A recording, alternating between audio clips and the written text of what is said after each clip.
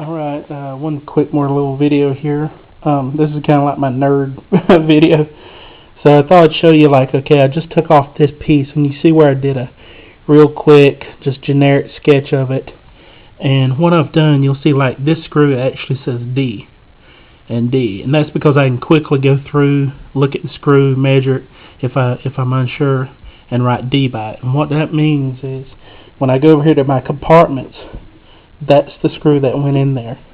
And just to give you an idea of what I'm doing with each screw, I'm going to show you this because I know a lot of people may have, you may never have a need to know this, but if you're ever interested, you'll see, like, with metric screws and bolts, they're labeled things like this one is M4 times 1.5 times 20 millimeter.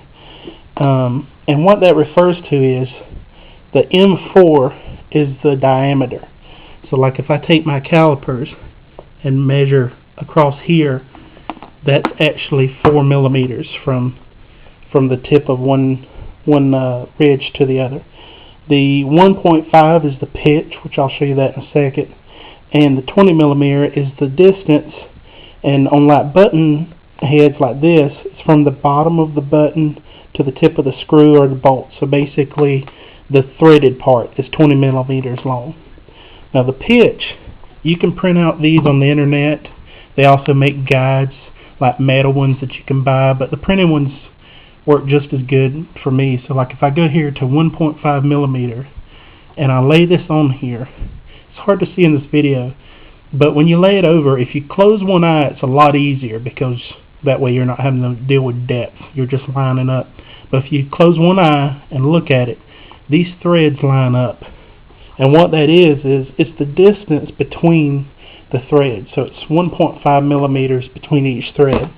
So basically, the smaller the number, the finer the thread. So I think the largest that they even go up to on this chart's 2.5 millimeters, but that's like a huge bolt. So basically, I make these little labels, and before I've been keeping them in sacks, little bags, but it was hard to keep up with the bags and they were going everywhere. The nice thing about this is later I'll be doing some stuff with my bike, and so I won't have to remake these. So basically, once you get these made, and I mean, these little compartments are $2 or $3 at Walmart, and I've got logos and stuff, but when I get through, when I go through my bike, I can almost eyeball it, but once you start getting a couple in there, you don't really have to measure each one. You can just hold it next to the next one and toss it in there. So you might say, well, why would you do all that? Well, that's one. There's the second one, and I'm just barely on tip of the iceberg with the Tupperware.